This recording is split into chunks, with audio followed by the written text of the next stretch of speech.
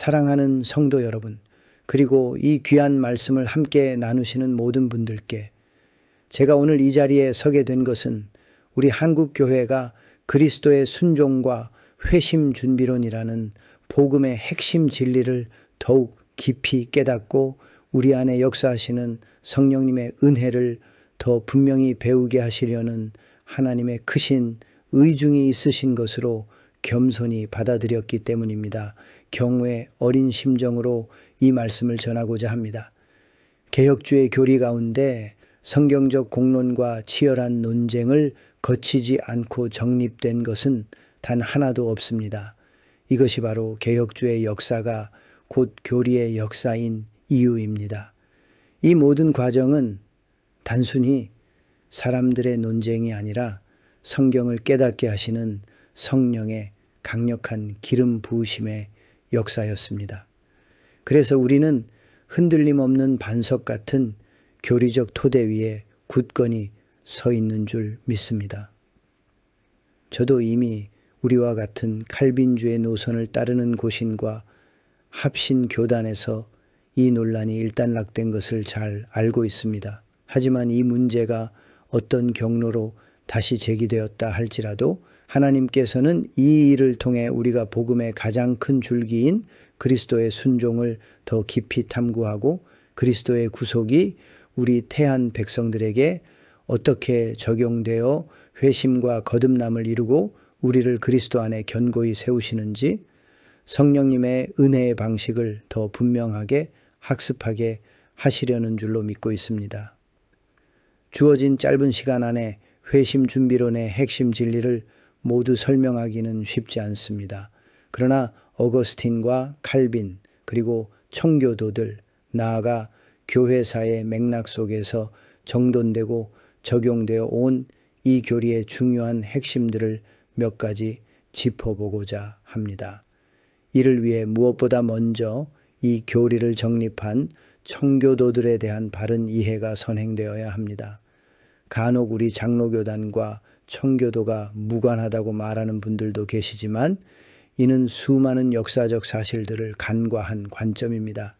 우리를 포함한 전 세계 개혁주의 장로교단이 신학과 신앙의 표준 문서로 받고 있는 웨스트민스터 신앙 고백서와 그 대소요리 문답 그리고 예배 모범과 권징조례는 바로 청교도들에 대한 우리의 바른 시각을 갖게 합니다. 이 표준 문서를 작성한 웨스트민스터 종교회의의 구성원들, 즉 121명의 목사 중 거의 대다수와 30명의 평신도 대표의원들 대부분이 청교도적 관점을 견지하고 있었습니다. 무려 1000번이 넘는 회의와 공론 끝에 완성된 이 귀한 문서들은 청교도 신학의 정수라고 할 수 있습니다. 로이드 존스 목사님은 청교도들을 사도시대 이후 그 믿음과 행위에 있어 가장 성경적인 사람들이라고까지 말씀하셨습니다. 저 또한 감히 그 로이드 존스 목사님의 말씀에 찬동하는 증인으로 이 자리에 서 있습니다. 증인이란 어떤 일을 현장에서 직접 목격한 자를 의미합니다. 저 또한 주님의 은혜로 대표적인 청교도 저작들을 여러 권 번역한 사람입니다. 정직한 번역 작업은 책의 한 문장도 빠짐없이 숙고할 것을 요구합니다. 그래서 저는 번역자로서 감히 청교도들의 증인으로서 여러분께 증언하고 있음을 양해해 주시길 바랍니다. 저는 존 칼빈의 설교집 2권, 16세기에서 17세기에 이르는 청교도들, 특히 청교도의 대표적인 신학자이자 설교자인 존 오웬의 대표작 4권, 존 플라벨의 그리스도의 구속을 택한 백성에게 적용하시는 성령의 은혜의 방식을 다룬 책 1권, 토마스 보스턴 1권, 18세기 조나단 에드워즈 3권, 조지 휘필드 3권, 그리고 제가 번역한 나머지 70여 권의 책들 거의 전부가 바로 칼빈주의적이고 청교도적 전통에 속한 책들임을 고백합니다. 그들의 책들은 거의 다 그들의 신학과 신앙을 진술하고 있으며 강단에서 직접 외친 설교문들이었습니다. 그들은 거의 모든 책 속에서 사도가 말한 복음의 진수와 그 능력을 말하는 데 심혈을 기울였습니다.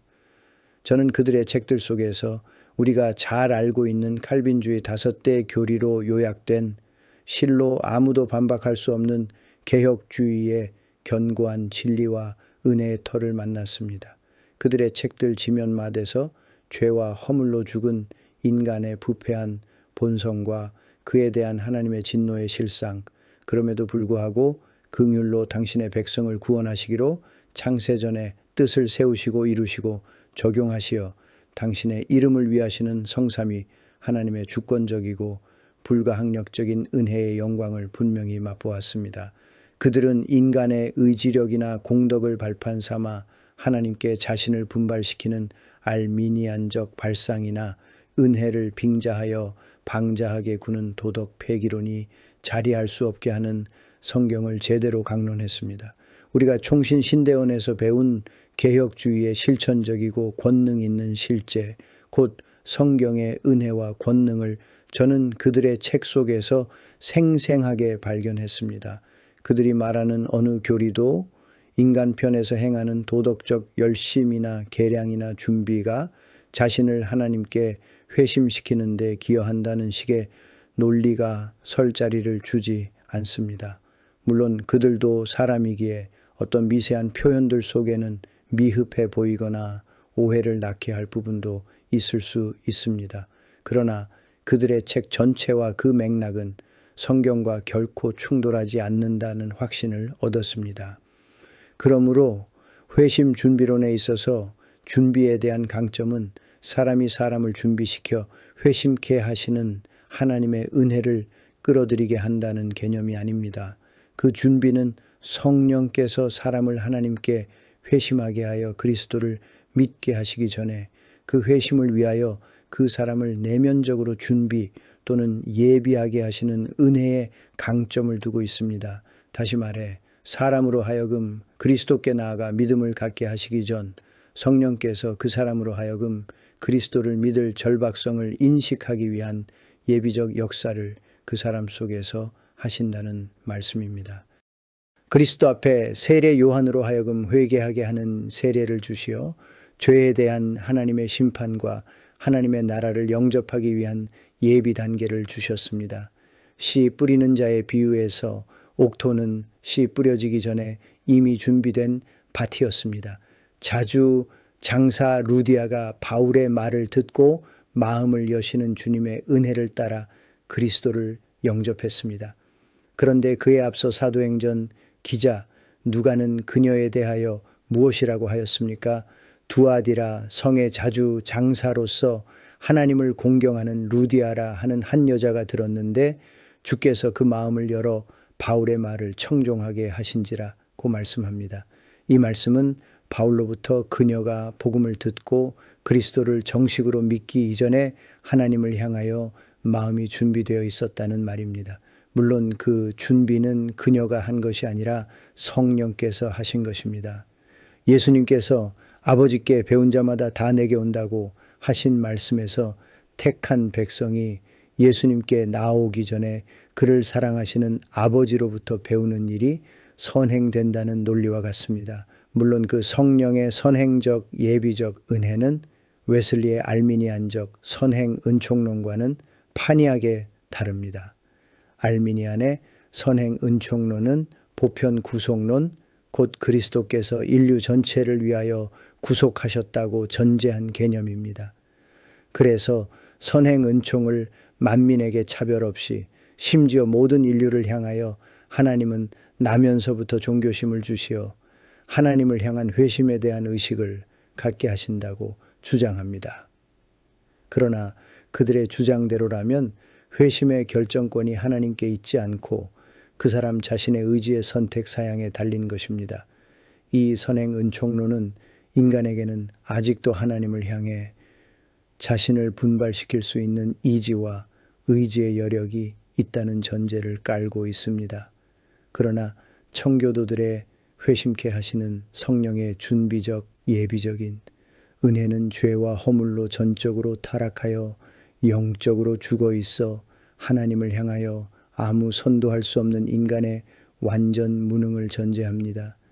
그들은 스스로는 죽어 있는 자를 주권적 은혜로 각성하고 일깨우시어 회심을 위하여 준비시키는 성령의 역사를 주목했습니다. 웨슬리의 선행 은총론 대상이 인류 전체로 보편적이라면 청교도들의 성령의 회심 준비 사역은 택하신 백성들의 한정적이었습니다.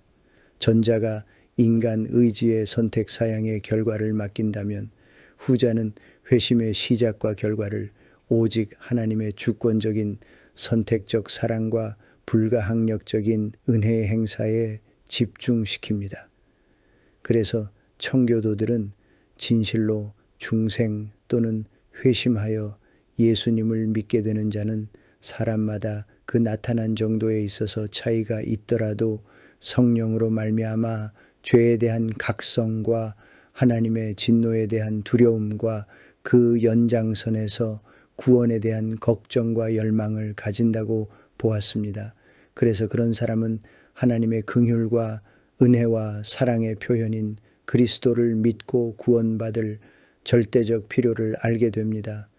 구원을 위하여 자기의 공로는 아무것도 아니고 오직 하나님의 은혜만으로 구원받을 가망밖에 없음을 인식하게 되는 것입니다.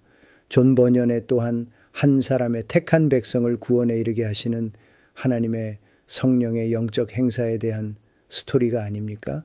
버년 자신도 회심하기 전 깊은 죄의 각성과 지옥에 대한 공포로 한동안 고심했습니다. 그는 애서 죄의 짐을 지고 수고하고 무거워 애타는 크리스천의 모습을 자서전적으로 그리고 있습니다. 사랑하는 성도 여러분, 이 모든 말씀들을 통해 우리는 우리의 회심이 우리의 의지나 노력으로 이루어진 것이 아니라 오직 창세전부터 우리를 택하시고 그리스도의 능동적 순종으로 우리의 죄를 대속하시며 성령의 강력한 예비적 은혜로 우리의 마음을 깨우쳐 그리스도를 믿게 하시는 삼위일체 하나님의 주권적인 역사임을 분명히 깨달아야 합니다. 이 복음의 진리 위에 굳건히 서서 오직 하나님의 은혜만을 찬양하며 살아가는 우리 모두가 되기를 주님의 이름으로 간절히 축원합니다. 아멘.